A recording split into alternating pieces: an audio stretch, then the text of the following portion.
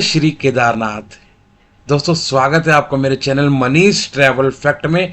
Finally आ गए हैं केदारनाथ ज्योतिर्लिंग की यात्रा।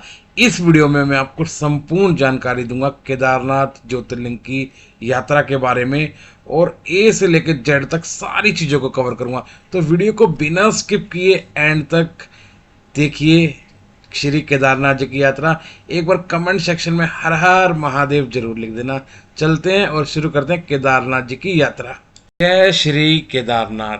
कहा जाता है कि धरती पे कहीं स्वर्ग है ना तो केवल केदारनाथ में है, क्योंकि केदारनाथ हर इंसान एक बार जरूर आना चाहता है। केदारनाथ उत्तराखंड के रुद्र जिले के अंदर हिमालय पर्वत श्रृंखलाओं के बीच भगवान शंकर का बहुत ही प्यारा धाम है, जो कि 12 ज्योतिर्लिंगों में से आता है और उत्तराखंड के 4 धामों में से एक धाम है और भगवान शंकर के 5 केदारों में से एक केदार है। केदारनाथ भगवान शिव को समर्पित एक बहुत ही पवित्र धाम है, जो कि समुद्र तल से 3584 मीटर की ऊंचाई पे स्थित है और यहाँ पर भक्तजनों का अप्रैल से लेके अक्टूबर तक के महीने में तांता लगा रहता है, क्योंकि 6 महीने ये कपाट खुला रहता है और 6 महीने इस कपाट के दरवाजे हमेशा बंद रहते हैं, क्योंकि यहाँ पर बहुत अधिक बर्फ़ यहाँ पर गिरती है। तो सर्दियों में ये कपाट हमेशा बंद रहता है। और यहाँ की पुरानी कथाओं के अनुसार ये हमारे महाभारत से जुड़ी भी यहाँ पे काफ़ी यहाँ स्टोरी है, जो कि महाभारत काल से जुड़ी है। तो चलते हैं इस वीडियो में और दर्शन करते हैं भगवान श्री केदारनाथ जी के और 12 ज्योतिर्लिंगों में से एक भगवान शंकर के केदार ज्योतिर्लिंग के लिए। हर हर महादेव प्रेम से कमेंट में लिख दीजिए जय श्री केदारनाथ। अब बात करते हैं केदारनाथ कैसे आना है। अगर आप केदारनाथ आने का प्रोग्राम बना रहे हैं तो अर्ली मॉर्निंग सबसे पहले आप आ जाइए हरिद्वार, जहाँ से केदारनाथ की दूरी अप्रोक्सीमेटली 250 किलोमीटर है।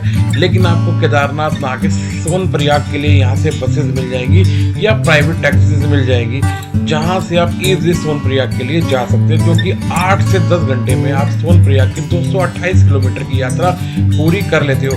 बसेस का अगर मैं टिकट प्राइसेस की बात करूँ, यहाँ पर आपको 600 से लेके 800 और 1000 रुपीज़ तक अच्छी बसेस मिल जाएंगी, क्योंकि यहाँ पर हर तरह की बसेस चलती हैं। अगर हम प्राइवेट टैक्सीज की बात करें तो प्राइवेट टैक्सीज भी आपको यहाँ 3500 से लेकर 4500 रुपये में 3 से 4 पैसेंजर्स की आपकी हो जाएगी, जो आपको 5 से लेकर 7 घंटे तक सोनप्रयाग ड्रॉप कर देती है। अगर आप बाय रेल आ रहे हैं तो आपको रेल के लिए भी हरिद्वार आना पड़ेगा या आपको देहरादून आना पड़ेगा, क्योंकि जो कनेक्टिंग रेलवे स्टेशन है वो हरिद्वार और देहरादून ही है।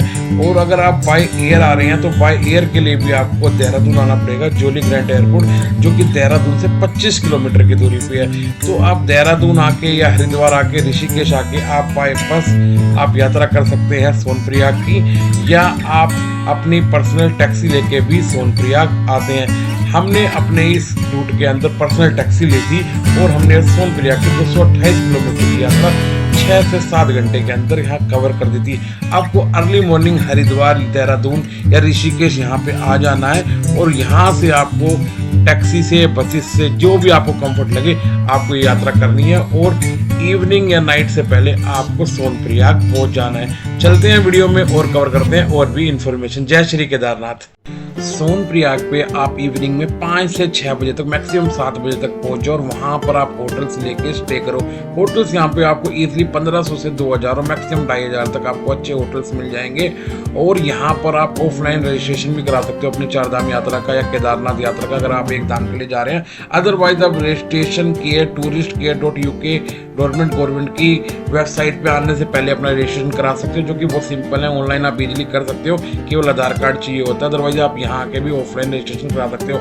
यहाँ पर आके आप सोनप्रयाग में स्टे कीजिए, जो कि सबसे बेस्ट है। और अर्ली मॉर्निंग सुबह यात्रा कीजिए यहाँ से शटल सेवा के लिए गौरीकुंड तक के लिए। तो केदारनाथ में आप जब आते हैं तो सोनप्रयाग आपका फर्स्ट डे यहाँ पर कंप्लीट होता था और सोनप्रयाग में आके ही हमने स्टे लिया था होटल्स के अंदर और यहाँ आपका वन डे कंप्लीट हो जाएगा। जय श्री केदारनाथ। अर्ली मॉर्निंग सुबह जल्दी से जल्दी उठिए और आप यहाँ से गौरीकुंड की यात्रा शुरू कर दीजिए, क्योंकि यहाँ पर आपको मॉर्निंग में शटल सेवाएं मिलती हैं जो कि गवर्नमेंट की होती हैं। यहाँ पे 50 रुपये पर पर्सन होता है जो कि आपको पुल के उस पार जाना होता है, और 4.5 किलोमीटर की यात्रा जो कि आपको वो 10 से 15 मिनट में करा देते हैं और आप पहुंच जाते हो फाइनली 15 से 20 मिनट में गौरीकुंड। और गौरीकुंड यात्रा का आपका फर्स्ट पड़ाव है जहां से आपकी केदारनाथ जी का ट्रैक शुरू होता है। जय श्री केदारनाथ। फाइनली आपकी यात्रा दूसरे डे की शुरू हो जाती है गौरीकुंड से, जहां से केदारनाथ जी का ट्रैक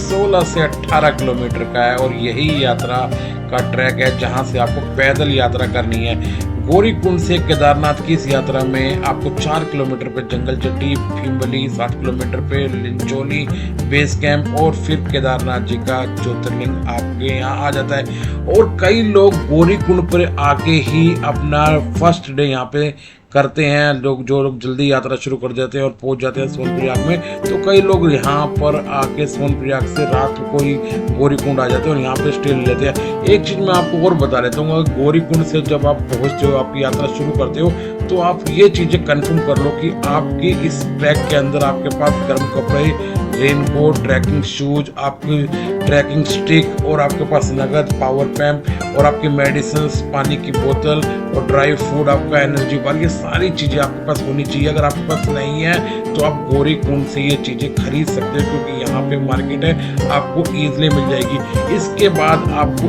दुकानें पड़ेंगी रास्ते में, बट ये चीज़ें आपको अवेलेबल नहीं होगी। यहाँ पे मार्केट है, सारी चीज़ें यहाँ पर गौरीकुंड से आपकी यहाँ पे मिल जाती है। तो गौरीकुंड की अपने यहाँ पहुँचने के बाद आप यहाँ पे गौरीकुंड के यहाँ गौरी माता के दर्शन कीजिए, और यहाँ पे गर्म कुंड है जहाँ पे लोग स्नान करके यात्रा शुरू करते हैं। आप चाहो तो छींटा भी ले सकते हो और आप स्नान भी कर सकते हो। और गौरीकुंड से हमारी यात्रा फाइनली 16 से 18 किलोमीटर जी का ट्रैक केदारनाथ जी का शुरू हो जाता है, जो कि लोग 6 से 8 घंटे में कंप्लीट कर लेते हैं, जो कि बहुत अच्छा चलते हैं। कई लोग 12 घंटे ले लेते हैं, कई लोग 14 घंटे ले लेते हैं। वो डिपेंड करता है आपके स्टेमिना के ऊपर, आपका स्टेमिना कितना अच्छा है। तो गौरीकुंड की यात्रा आपकी शुरू हो गई है, और गौरीकुंड की यात्रा से ही आपका केदारनाथ जी का ये ट्रैक शुरू होता है। जय श्री केदारनाथ। आप दर्शन कर रहे हैं गौरीकुंड माता के यहाँ गर्म कुंड के, और यहाँ गौरी माता का मंदिर भी है। जय श्री केदारनाथ। गौरीकुंड से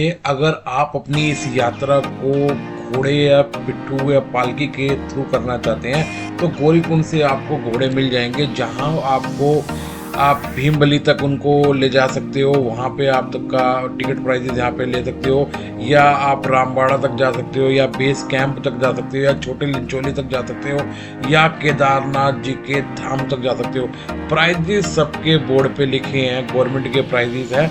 कुछ लोग बीच में भी बिठा लेते हैं, बार्गेनिंग करते हैं, बट जनरली यहाँ पे प्राइजेस फिक्स हैं। तो अगर आपको घोड़े की यात्रा करनी है तो मैं आपको सजेस्ट करूँगा कि आप गौरीकुंड से ही घोड़ा ले लीजिए, क्योंकि यहाँ पर आपको टिकट आपको इजीली मिल जाएगी, और प्राइजेस भी यहाँ पे बिल्कुल जेन्युइन है, जो कि गवर्नमेंट ने फिक्स कर रखे हैं। तो ये सारी चीज़ें आप गौरीकुंड पे डिसीजन लीजिए, आपको यात्रा किस तरह करनी है। चलते हैं और शुरू करते हैं अपनी केदारनाथ जी की यात्रा। जय श्री केदारनाथ। ट्रैकिंग शूज आपके बहुत अच्छे होने चाहिए, क्योंकि आपका ट्रैक काफ़ी लंबा है और काफ़ी मुश्किलों भरा है, बट भगवान शंकर का मन में नाम लेते जाइए, ओम नमः शिवाय का नाम उच्चारण करते चलिए। मन में बहुत ही आनंद की प्राप्ति होगी, और लोगों के साथ आपको पता ही नहीं चलेगा 16 किलोमीटर का ये ट्रैक आपका कब कंप्लीट हो जाता है। और आपको रास्ते में बहुत ही प्रकृति से भरे झरने, सुंदर आपके साथ में बहती मंदाकिनी, और अच्छे अच्छे आपको सीन नज़ारे आपको देखने को मिलेंगे, जैसे आप प्रकृति की गोद में आके बैठ गए और स्वर्ग की ओर आप यात्रा कर रहे हैं। और यहाँ की यात्रा करके आपको एक बहुत ही आनंद की प्राप्ति होने वाली है। तो अपनी इस यात्रा में थोड़ी सी दूरी पर चलने पे 3.5 किलोमीटर 4 किलोमीटर की दूरी पे हम पहुँच जाएंगे जंगल चट्टी, जो कि हमारी यात्रा का फर्स्ट पड़ाव है। जय श्री केदारनाथ। जंगल चट्टी से निकलने के बाद थोड़ी ही देर में बारिश शुरू हो गई थी और हमने रेनकोट पहन लिया था और मोमजामा ओढ़ लिया था, क्योंकि बारिश का यहाँ कभी कुछ नहीं पता, विद इन सेकंड के अंदर यहाँ बारिश हो जाती है, मौसम बदल जाता है, धूप आ जाती है। तो रेनकोट आप जरूर लेके चले केदारनाथ जी के ट्रैक पे, और एक बड़ा सा मोमजामा भी ले चले, क्योंकि हर जगह आपको शेड नहीं मिलेगी आराम करने के लिए, आपको बारिश के बीच में ही ट्रैक करना पड़ेगा। आप देख सकते हैं वीडियो में मैंने ट्रैक के अंदर मोमजामा भी ओढ़ लिया और रेनकोट भी पहन लिया, बहुत ही आनंद आ रहा है। जय श्री केदारनाथ। केदारनाथ जी के अपने इस ट्रैक में हम जंगल चट्टी और भीमबली को पार करने के बाद फाइनली रामबाड़ा के क्षेत्र में पहुंच गए, जो कि रामबाड़ा जो कि वही एरिया है जहां 2013 में सबसे ज़्यादा तबाही रामबाड़ा के क्षेत्र में हुई थी, जब यहां पे प्रलय आई थी। रामबाड़ा के बाद आपको छोटी लिंचोनी के लिए यात्रा शुरू हो जाती है, जो कि आप देख सकते हो सामने कितना बड़ा जिगजैग बना, और यहाँ से आपकी यात्रा काफ़ी कठिन होने वाली है, क्योंकि यहाँ पे आपकी कठिन चढ़ाई शुरू होने वाली है। क्योंकि आपकी रामबाड़ा तक की जो चढ़ाई थी वो काफ़ी सिंपल थी, रामबाड़ा से अब आपकी छोटे लिंचोनी बेस कैंप तक की जो चढ़ाई है काफ़ी जिगजैग हो जाती है और काफ़ी कठिन हो जाती है। तो यहाँ थोड़ा सा आपको हार्ड वर्क करना पड़ेगा, और चलते हैं और यात्रा शुरू करते हैं रामबाड़ा से अपनी छोटी लिंचोनी की। हर हर महादेव, काफ़ी आनंद आने वाले। प्रेम से एक बार कमेंट में लिखेंगे जय श्री केदारनाथ।